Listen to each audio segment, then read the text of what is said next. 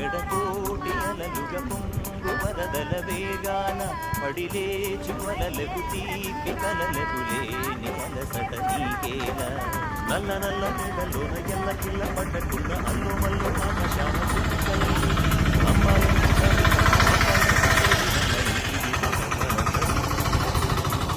ఎవరికి పారే